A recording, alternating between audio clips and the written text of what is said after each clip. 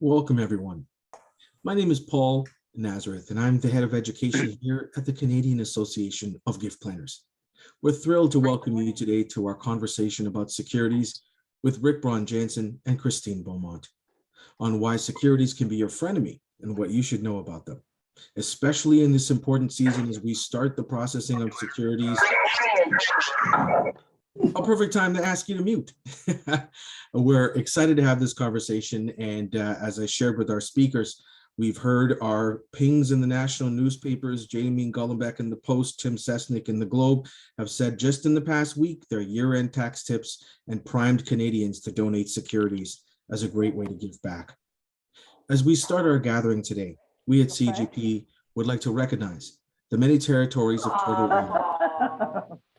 I need to stop and ask our colleagues to please mute and respect the rest of our attendees. Thank you. Again, we at CGP would like to recognize the many territories on Turtle Island on which we work and reside. These territories are home to many of Canada's Indigenous peoples who've lived here for tens of thousands of years and continue to do so. As settlers, immigrants, and their descendants, and as visitors, we honor and respect the many Indigenous peoples of this land and don't just hope for a better future. We at CGP look to actively work on a better future together. If you're interested in learning the treaty and territory on which you reside, please visit nativeland.ca. How did you? Sorry, again, I'm going to ask our attendees to please. And I know my colleagues at CGP are just helping with that. Thank you. So as we start today, very important conversation for many of our colleagues. We would just like to ask you to keep your videos and mics off, but light up that chat. I can see so many of you are securities processors, both as charities and advisors. We need your insights. We need your complaints to talk about how do we make this a better process for our organizations, our clients, and our donors. So please use the chat today. Our speakers will be taking questions at the end, and I'll be moderating that and making sure that we pose your questions to them. You'll notice as well in the login email sent to you by my colleague Aaron that there's a link to a Dropbox folder in which you'll find the speakers' biographies and professional development tracking sheets for credits today of CFRE and MFA-P and other professional development programs. You'll also get a PDF of today's PowerPoint in the Dropbox, and you'll receive an email from us in the next 24 hours with the recording. Now, let's start and welcome our speakers today. Rick Braun-Janzen is the Director of Gift Planning at Abundance Canada, and Christine Beaumont is a financial advisor and MFA-P with Paul Craft Financial. Thank you, Rick and Christine, for being with us. We'll let you take it from here. Thanks, Paul, for that introduction. And I also want to thank CAGP Foundation for inviting us to do this presentation today. Before we get into the presentation, we do have some polling questions we're going to put forward. They're to help Christine and me get an understanding of who's in attendance today, what your experience is with gifts of securities, and perhaps whether you've had your own frenemy scenarios. So if we can pull the first polling question up, please. So choose one of the boxes and then submit.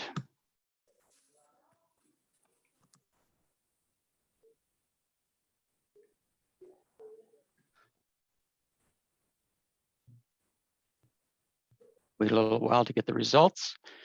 And thankfully, there's nobody from CRA, so that means I don't need to purge my presentation for all the CAGP or all the CRA jokes that I have in here. But we have a very high charity representation. That's great. I think you'll find some helpful information, some tips and traps in this presentation today. Let's pull up the next polling question.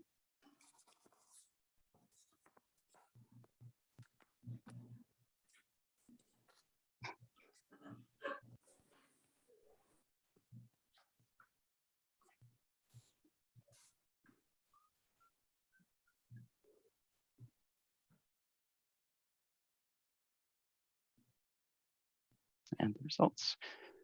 Okay, so 73% have processed publicly listed securities, 27% have not yet.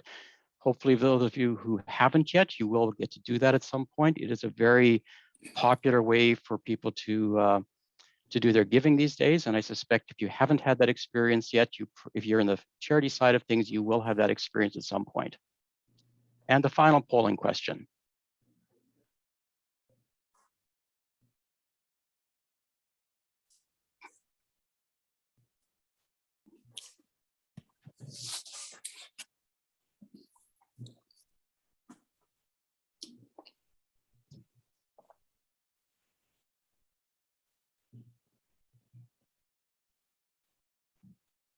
Okay, so 47% have not had problems. If you're in that category, that lucky category, I would say that just wait. You might actually run into them. Hopefully you won't. But more than that, hopefully out of the presentation today, you'll be able to glean some information that's going to be helpful to keep you in that no category. The presentation today is not going to focus on the detailed tax planning of gifts of publicly traded or publicly listed securities. Rather, it's going to talk about the tips and traps, things that you can do to avoid slowing down the process, how you can manage donor expectations if you're on the charity side of the table, or if you're an advisor, how you can work with the charity and your client to make sure the process goes as smooth as possible. Did want to say that of all the frenemy scenarios we're going to be going through today, I have personal experience in all of them. These are not theory for me. I have the war wounds to prove them. I have the gray hair to show for it. So hopefully in the presentation of the information that we're presenting today, you can avoid some of the problems that I have encountered I'm also very happy to present with Christine today. So I'm going to turn it over to Christine now, and she's going to start off the presentation. Thank you, Rick. So the first thing that we want to clarify is what we mean by publicly listed securities. When I first heard of the strategy and the tax benefits of donating securities in kind, I thought the strategy applied to stocks only, and being a mutual fund licensed advisor, to be honest, kind of disregarded the strategy. And that's where I learned more. And that's where there's many more types of assets that qualify as publicly listed securities and are eligible for the special tax treatment. So we're talking about not only stocks, but bonds, mutual funds, exchange traded funds, as well as put and call options. Another type of asset is a segregated fund, and these are investment products that are sold by insurance companies. These are eligible to benefit from the special tax treatment as well. It's very likely when you look at this list of assets that your average donor or client that is dealing with either a bank, an insurance company, or an individual advisor like myself are holding some of these assets. One thing to keep in mind, though, one of the traps that are quite common is that these investments must be held outside of a registered plan. So we are not talking about RSPs, RIFs, or tax-free savings account. They should be in an open account or in a brokerage account outside of RSP, TFSA, RIFs, and those types. We are also not talking about private company shares. So if you have a business owner client that says, oh, I can gift some of the shares in my family business, no, that doesn't apply. There are some tax benefits to donating private company shares, but that would be for another discussion. If you do have clients that are business owners or donors that are business owners, they might hold the types of assets that we're talking about here within their corporate structure. So they may benefit from donating securities in kind as well, if they have a holding company or an investment account in an investment company.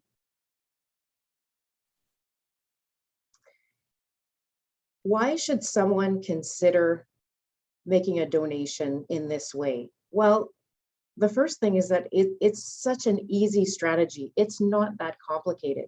Simply what we're talking about is the action of gifting the asset itself rather than selling the asset and maybe writing a check or gifting cash. It's considered the most tax efficient way to donate, and that's because the donation is made before tax. So if I hold an investment, let's say I hold a non-registered mutual fund and it has appreciated in value, if I was to sell units of that fund, I would trigger a capital gain, and that capital gain is taxable.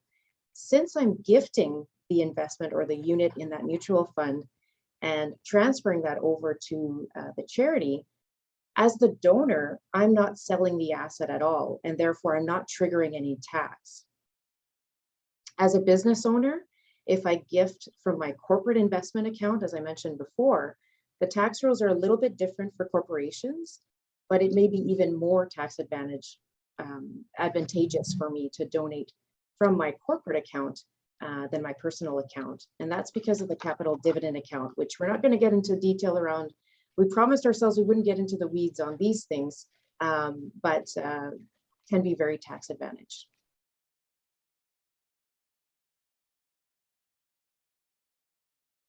So who owns these securities? You may think that it's people who are high net worth individuals have an investment account. I represent Abundance Canada. We're a charitable foundation. We offer donor advised funds.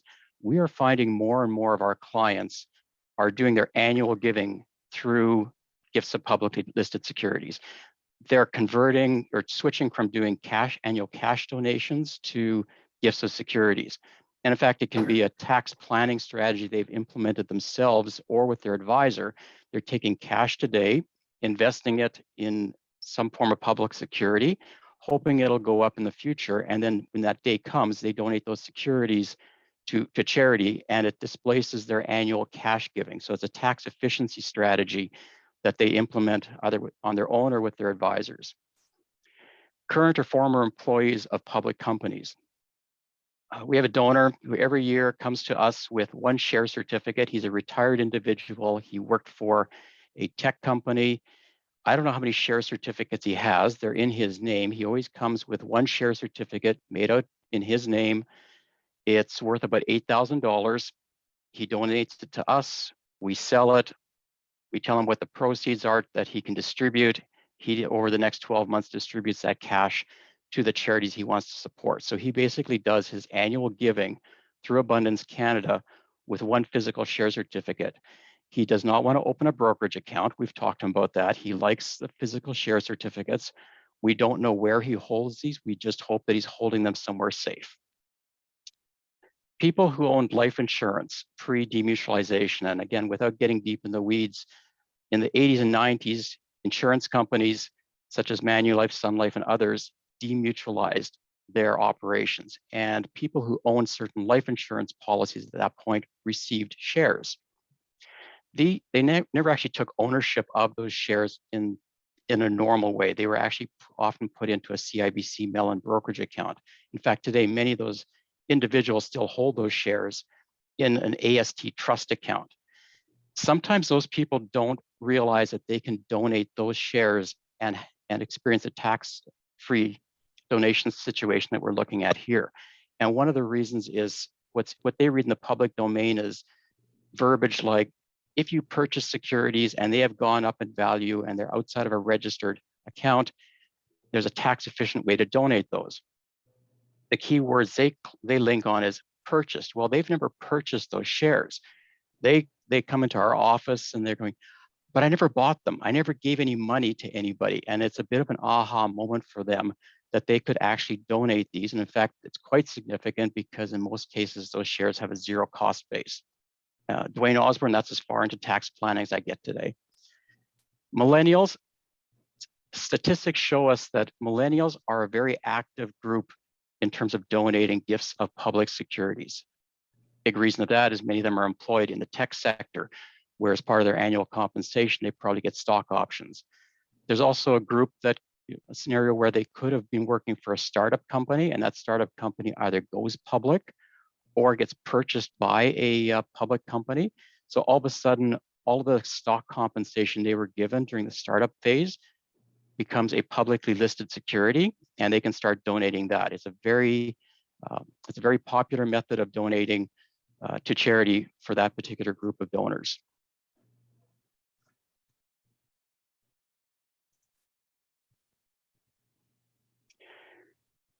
Here's a list of things that's helpful for the charity to know. You don't have to know this, but occasionally if a gift of securities is going to go off the rails, it's really helpful to have this information in advance because you can be forewarned and forearmed.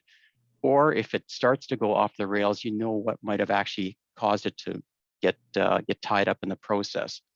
What I suggest with our gift planning consultants is when they're meeting with a client for the first time, is ask if they will share a copy of their investment account statement with us. And it's amazing how many times a donor will actually do that. They'll go, oh yeah, here it is. I'll send you a copy of it. And you can pick off some great information off of there, which can avoid frenemy scenarios. So you can see, you can ask the client or the donor, which security are you or securities are you planning to donate?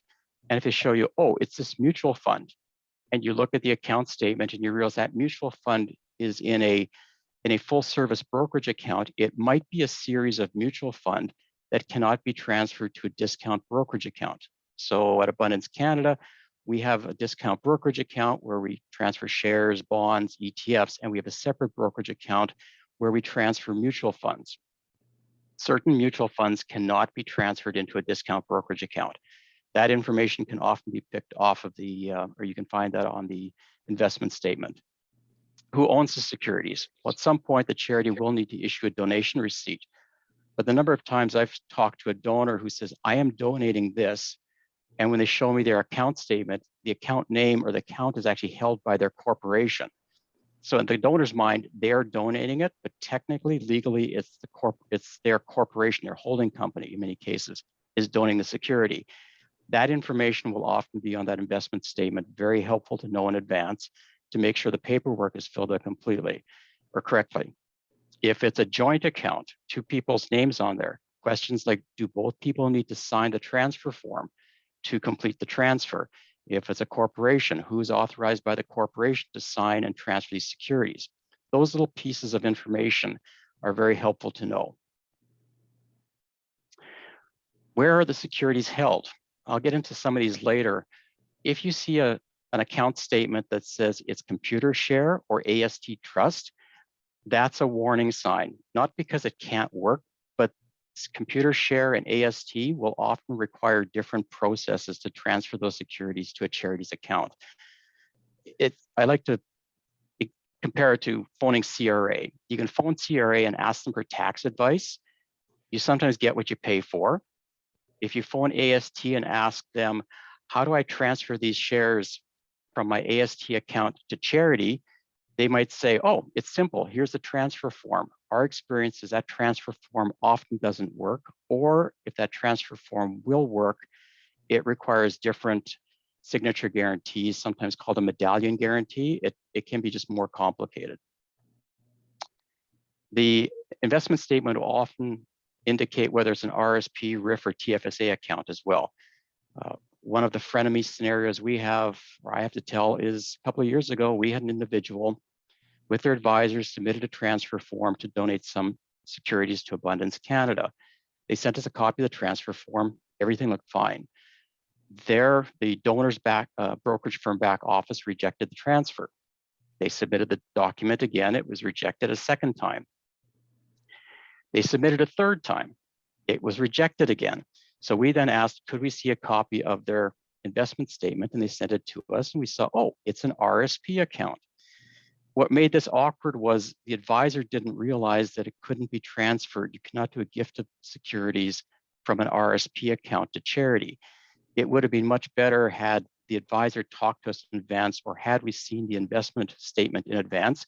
We could have avoided the frustration factor for the donor who is trying to do something that was not possible. And also for the advisor who had a great learning experience. Unfortunately, it was a bit of an awkward way to do that.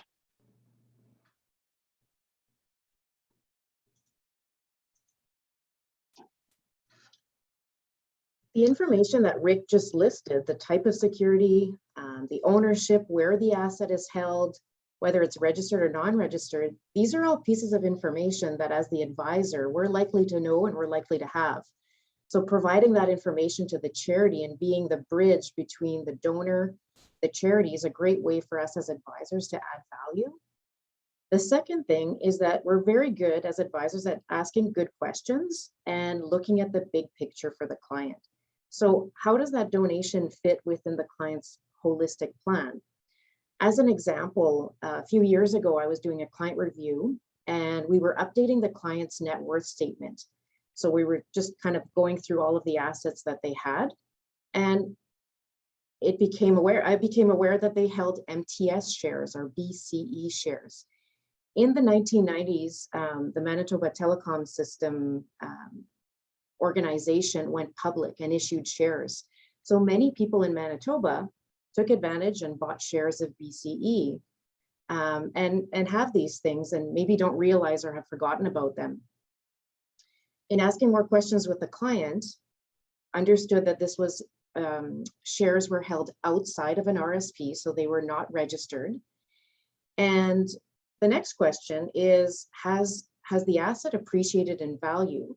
So often enough, we're looking at what is the cost basis, or what was the purchase price, and what's the fair market value today? Because those are the types of questions that will lead us to understanding whether there are tax implications should the client decide to sell those shares either during their lifetime or after they pass away.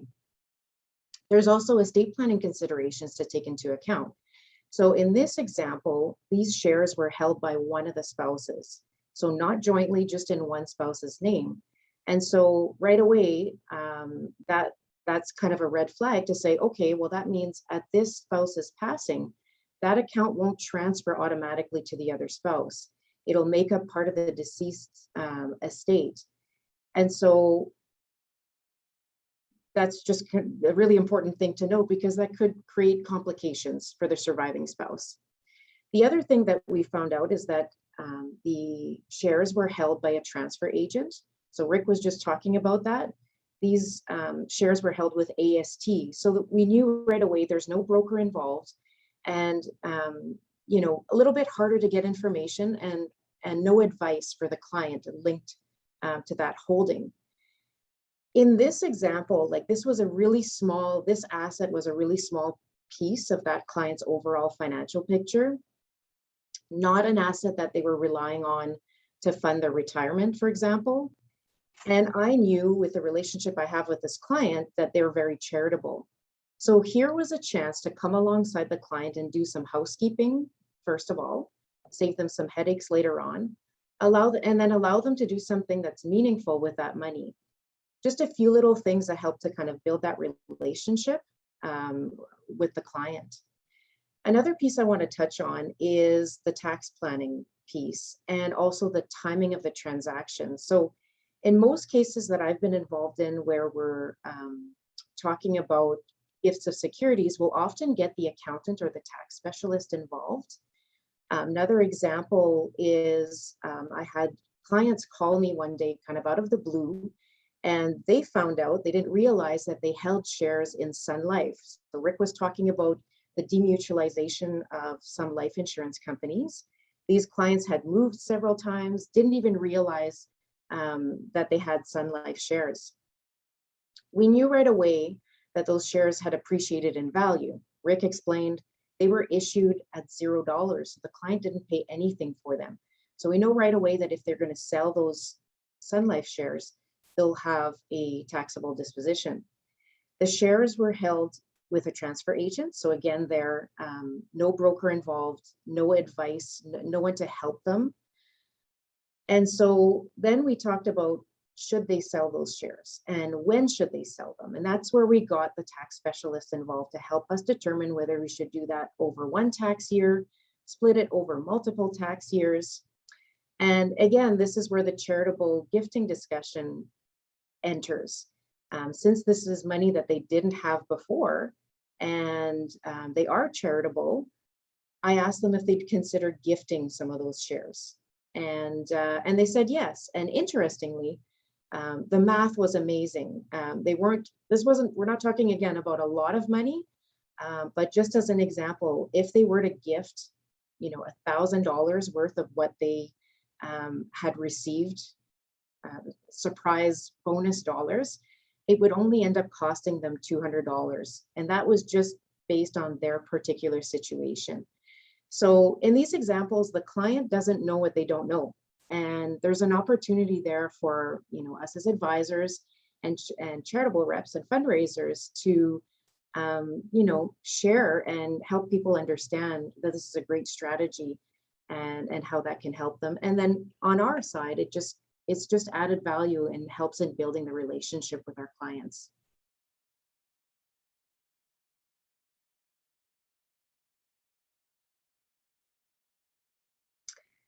We're here to talk about, so these types of strategies can be our friend, but sometimes things can get a little bit tricky. My first experience with gifts of securities was when a client called me and we held his investment portfolios. And he asked me if he could donate some of his mutual funds to Abundance Canada. This is where my relationship with Rick begins. His accountant, the client's accountant, had advised him that he should do a donation of securities instead of donating cash. But the challenge for us was that his mutual funds were proprietary mutual funds held with Quadrus Mutual Funds. And so when we first wanted to initiate the transaction, we got a couple of no's. And that's where I reached out to Abundance Canada and talked to Rick. And of course, where there's a will, there's a way, and there's always a bit of a workaround. And in this case, because they were proprietary securities, we had to arrange with Abundance Canada for Abundance Canada to open a Quadrus account. And now we were able to accommodate that transfer of the assets from the client's account over to Abundance's account. Thanks, Christine. I should mention that we currently at Abundance Canada have, besides our regular brokerage accounts, we have 6 of these special brokerage accounts to handle proprietary mutual funds. So it takes a little bit of extra work, but if an advisor finds out that you actually have the account open, it's amazing how many times you get repeat clients or new clients using that same option. So it's part of that education process. So don't see it as a charity. Don't see it as oh man, this is a lot of work to get one account set up. There's an opportunity in behind that thread as well. Employee stock options. Employees that work for publicly listed companies, publicly traded companies, will often receive stock options as part of their compensation package. Those clients will sometimes come to our office and say, I have stocks in, I'll just use an example, Google, and I want to donate those. Our first question is usually, okay, do you work for Google? Yes, I do. Are those actually shares of Google that you own, or do you currently own an option to buy the shares? And they usually look at the ceiling and they think a bit and they go, actually, I think it's an option, which is, again, one of those warning stop or warning lights. The process to donate takes a little bit longer. The other trick with the stock option donation to benefit from the tax efficiency of that, the whole process needs to be completed in 30 days. So it's really important to sit down with the donor to talk about all the moving parts, which are, you need to actually exercise the option, which means perhaps putting cash on the table to convert the option to a share.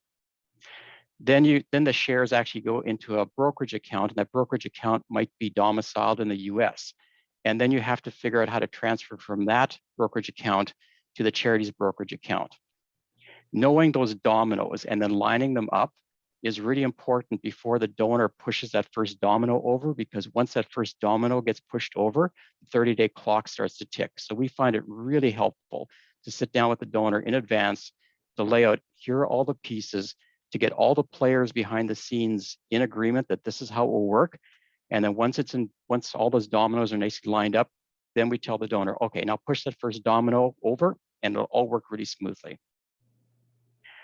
Christine mentioned the AST computer share accounts, or she mentioned AST. I'll talk about computer share a little bit later. I use the term special here. This is definitely one of those eye roll moments for me. Every time I hear computer share or AST, I just do a little shudder or a flinch, because the donor really thinks that this is a brokerage account, and why can't it just be simple the way I've done another transfer, let's say from my RBC account to Abundance Canada, and it just isn't the same. And sometimes it means that we're working with the donor to set up a brand new brokerage account to transfer the securities from one to the other and then to the charity. Sometimes they're getting a share certificate issued to them. Sometimes they have an existing brokerage account, but to try to explain to them why there needs to be that in-between step is confusing. The really important piece here is that the donor appreciates that there is an extra step or two, and it will take longer. If a donor has a physical share certificate, I mentioned earlier that one retired gentleman who every year donates a single share certificate, that usually takes us about 2 months to complete from start to finish.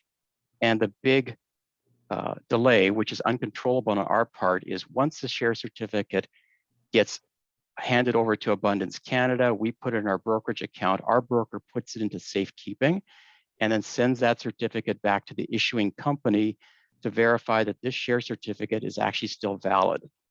We cannot sell those shares. They're sitting in our account, but they're not tradable. So unless the donor actually appreciates that there's an extra process step here, and that process step, depending if it's a Canadian corporation or US corporation, can take many weeks, they might be calling Abundance Canada every week after they've handed in the share certificate to us saying, what's going on? How long does it take to sell these shares? In reality, our answer is, we can't sell them yet, but the donor doesn't understand the moving parts. So explaining to the donor what all those moving parts are before they actually start the process will definitely help you as a charity manage that expectation.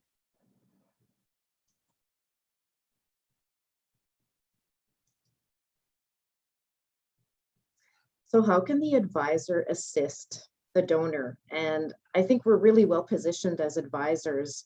The key is, and I think the key to success is contacting the charity rep. That's the number one, and starting those lines of communications between the advisor and the charity, which is extremely helpful for the donor. Not every charitable organization is willing or able to accept gift of securities. So right off the hop, it's important to kind of to get through that piece and see if it's even something that's possible. The charity may not have a brokerage account, and if it doesn't, I would argue that maybe it's a good idea to take advantage of that, or work with an organization like Abundance that can accommodate those things. I had the example of the clients that had the Sun Life shares.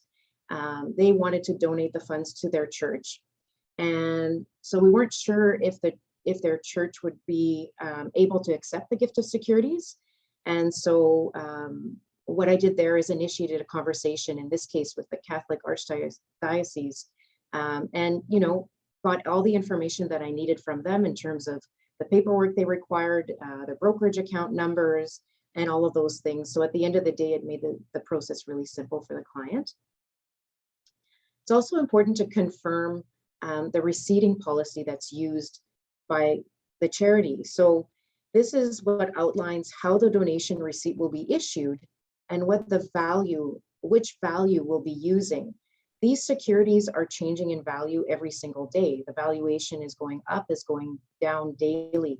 So it's important for, number one, the charity to have a receipting policy, and for the donor and the advisor to understand what that is. So as an example, will the charity issue the receipt at the time the transaction is initiated? Will they issue the receipt based on the value at the time the charity receives the security?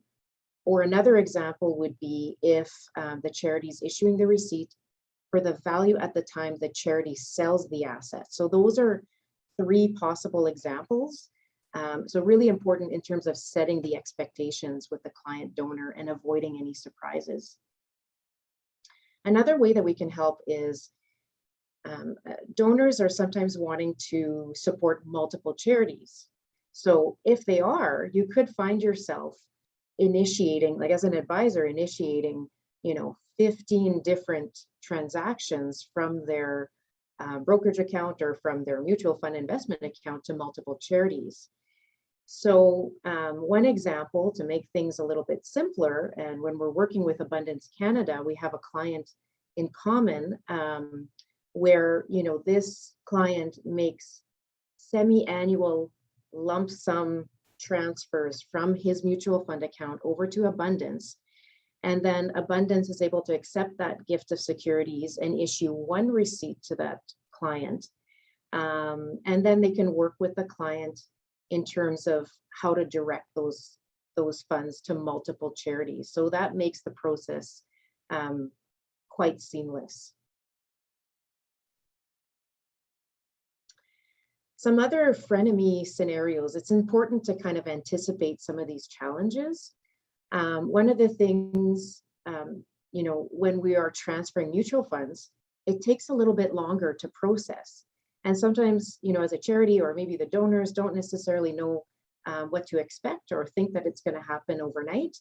And whether you're dealing with, individual stocks or mutual funds, there's differences in the back offices and the processes. And as an example, on the security side of things, if you're transferring from one brokerage account to another, that's an electronic process. And so it can happen quite quickly. On the mutual fund side of things, we're still dealing with a paper-based system. And so it can take a little bit longer. Other things with mutual funds is that some series of funds might be closed to new purchases, or as I explained earlier, some might not be able to transfer in kind. You might have to do a workaround. So all these kinds of things can lead to some delays, and but there's always a way.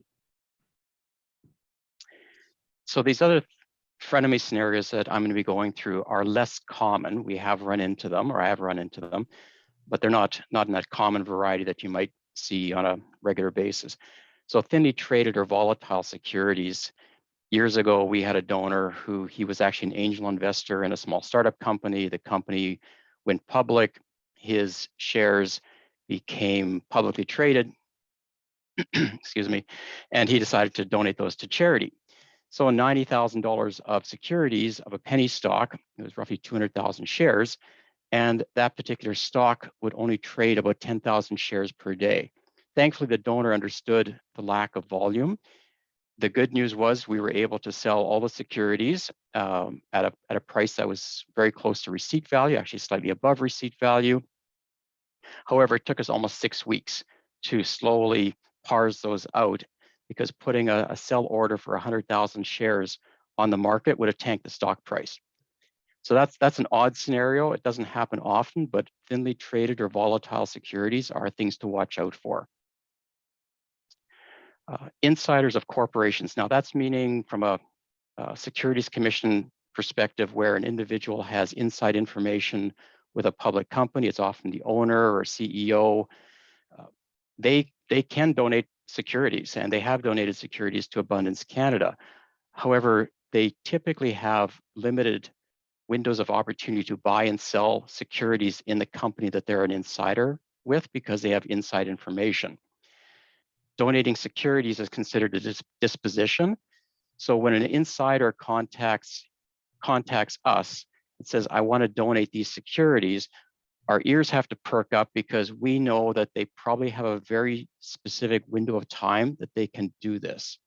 And if they miss that window of opportunity, it might mean they have to wait 3 months before that opens up again and they can donate the securities. So donations of securities, publicly listed securities from corporate insiders, have an extra level of challenge to them, because you're often working with a tight timeline.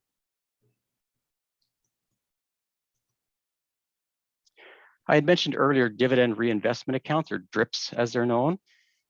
These are accounts that are often held at ComputerShare.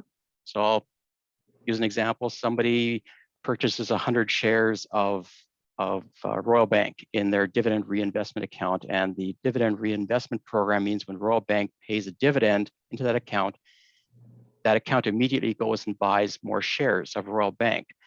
The dividend amount paid will never equal or will rarely equal purchasing whole shares. So in a DRIP account, you could end up with 100.2 shares of Royal Bank. I don't know what 0.2 of a share of Royal Bank looks like, but it does exist in a ComputerShare account. When somebody donates mutual funds, they can donate 100.2 units of a mutual fund. Somebody cannot donate 100.2 shares of Royal Bank.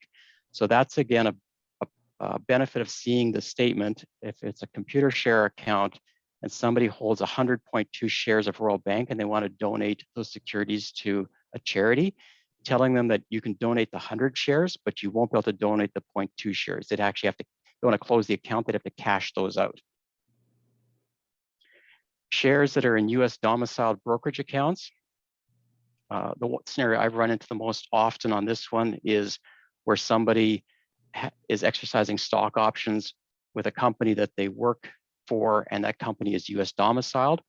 Often those companies will work out arrangement with one brokerage firm to handle all shares that are generated through employees exercising stock options.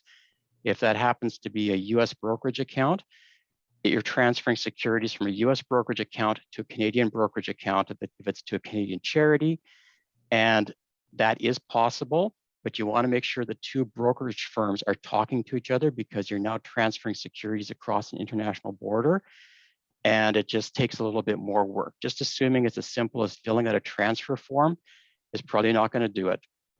So it's another heads up that if the donor you're working with or the client that you're an advisor with, and they are exercising stock options, and those stock options may actually vest initially in a US brokerage account, make sure that the back offices on the Canadian side and the US side are talking to each other.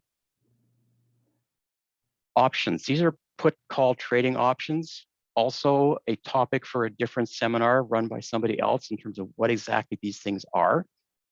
They are publicly listed securities, and we have handled those. They are incredibly volatile, and there's a number of interesting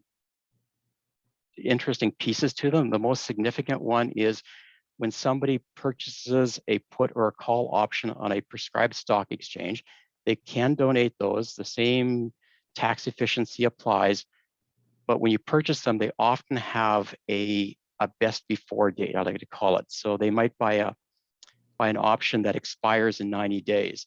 So getting that to the charity as quick as possible is important, because the price can be very, very volatile depending on the underlying securities that option is written against.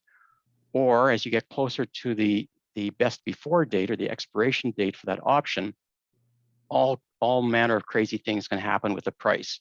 So if somebody's wanting to donate these to you as a charity, heads up, you want to make sure this goes as quick as possible, because the underlying security, the option itself, can change in price really, really quickly.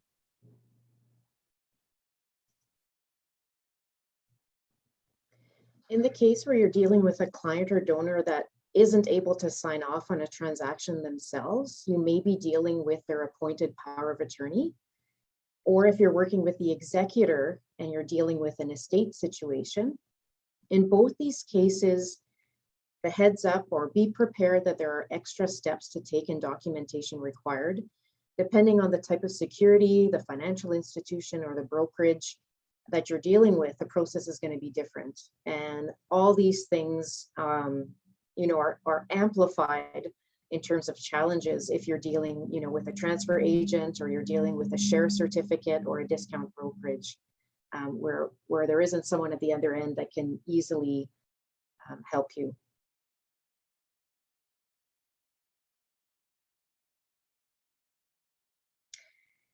As charity reps and as advisors, we're in the position where we can really be proactive in dealing with our clients and donors.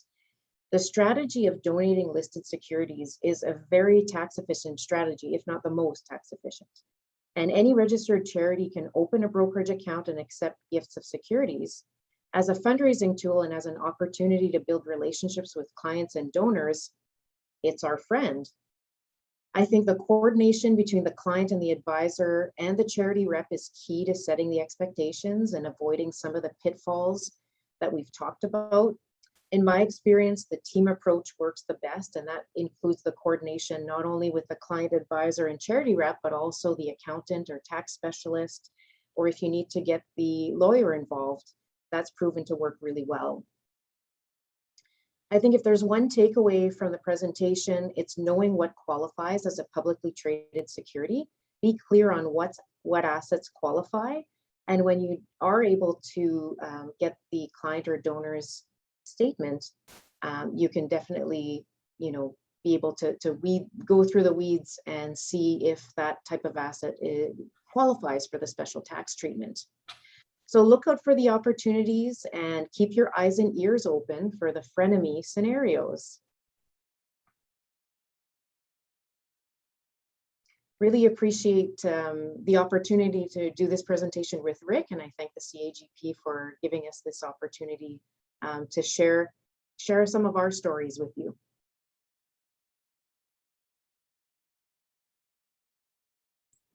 Great. We ready for questions? Ready for questions. We've had a great and active chat too. as well, we should have primed everybody more of a securities donation, so they should not be named, but they were named. So it was good that everybody's sharing in the chat too their challenges. We'll jump in with questions and probably the address a little bit, but we hear from it's a challenge. Paul, it's Erin here. I'm just breaking in for a second. You've frozen and you're cutting out a little bit and now you're frozen. Okay, you're back. That's good. There we go. Hope that's Okay, try again. better. There we go. So the first question is from a number of different members about direct investing platforms and the challenges that have come because, as we showed in the chat too, there really isn't a strong customer service or even a back office on the other side, sometimes to extricate problems. Several members also heard you say, Rick, that you have 6 open accounts for different proprietary programs. Could you share a little bit more, both of you, if you can, on some of the benefits around problem solving? Does this help you with speed? Great that you mentioned as well that this helps with further referrals. So the attendees would love to hear a bit more about that. Sure, I can start. Yes, we have 6 different brokerage accounts to handle what I call those special mutual fund, proprietary mutual fund scenarios. We have a whole bunch of other brokerage accounts for other purposes, some full service, some discount broker. There's pros and cons for using both. If it's a pretty straightforward donation of a stock or a bond or an ETF, we usually instruct or ask the donor to send it to our discount brokerage account because it's in and then we sell it and it's simple. If it's one of the frenemy scenarios or potential frenemy scenarios, we like to use one of our advisor-based accounts because our advisor can then help us work through the process. So, as an example, when it's a gift of securities from stock options coming from a U.S. brokerage account, it's invaluable to have an advisor on our team, so to speak, helping to pull those securities through, because I don't know, like once they start using terms like our transfers department, security cage, I don't know what a security cage is. I've heard it used many times. I've got my own image of what that means, but an advisor can help figure that all out, and it saves me as a charity rep a huge amount of time, and it also speeds up the process. That's great. And Christine, any tips or insights there? No, I think, Rick, you've kind of covered it. And I guess on our side of things, I can see, I took note of the, these direct investment platforms. I could see how that would be a challenge because they're, on the charity side, you can't have that communication, which in every experience I've had, that's where, we've been able to add value. So I could see that as being a challenge. Unfortunately, I don't have a solution.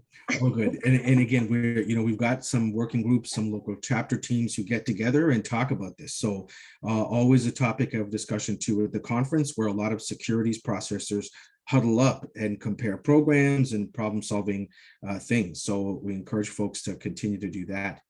This next question is for you, Christine, on what to do about shares that have lost value. Recommendations and any advice on donating those, because loss is still a strategy some advisors share on. Right. So if you have an investment that's in a loss position, sometimes from a tax perspective, it can be advantageous to crystallize that loss, and then you can offset against gains in future years. So that can be a strategy. In this case, if you're going to be donating a share that has a loss, you're not going to be taking advantage of that. So I would say this type of strategy works well where you have assets that have appreciated in value. And that's where, as an advisor, you're in a position where you can help the client determine, which one of those shares or those funds are most appropriate to be donating. And whether it makes sense to donate those this year or wait until they've appreciated in value. We're grateful to the many advisors who joined us today for sharing as well in the chat kind of their strategies on working with clients and donors on this. Another interesting question here.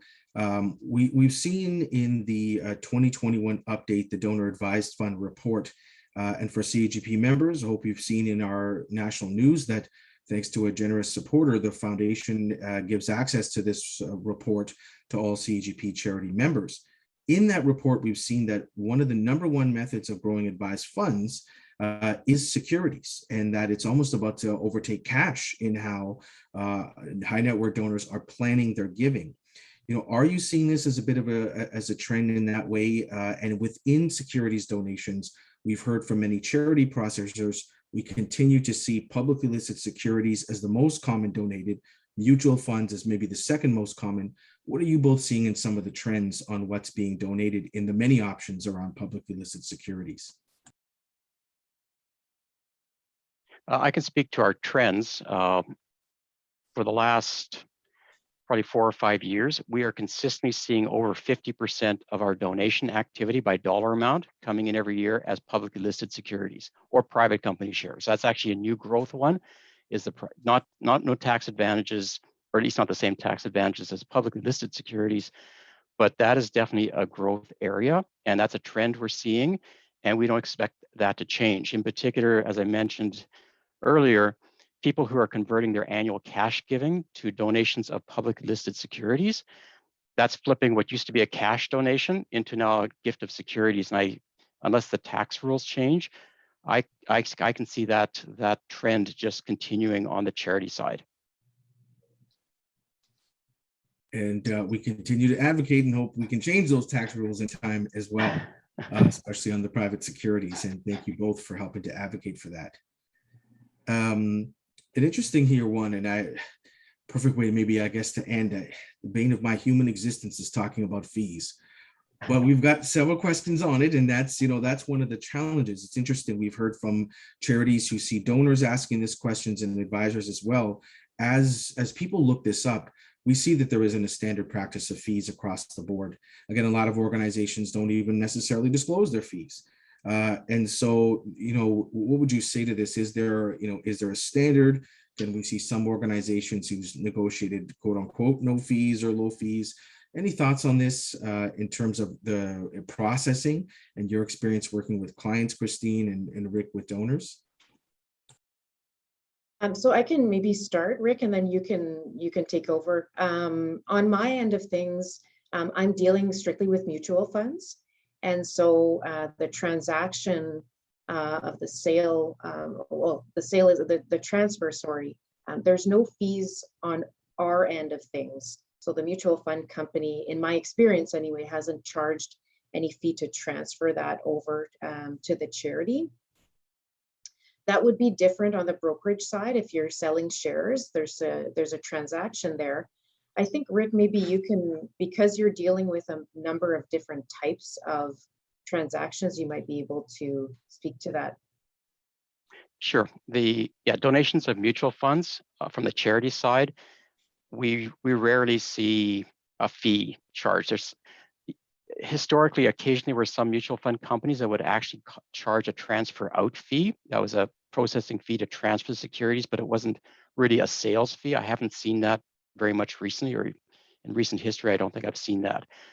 The reason we have a discount brokerage account, despite the limitations on that, is if somebody's donating shares, not mutual funds now, but shares, if somebody donates $500,000 of RBC, we can sell those today and incur a broker fee of $7.99 with our discount brokerage account, which is one of the benefits of having the discount brokerage account to receive the securities.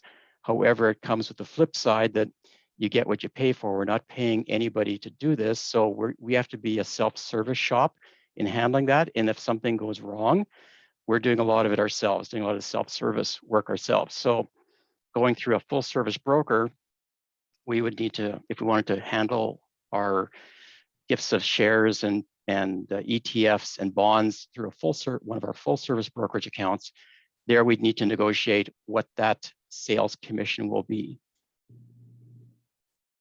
Great stuff. Well, a great thanks from all of our attendees on both of your great insights and really helpful tips as we enter into security season.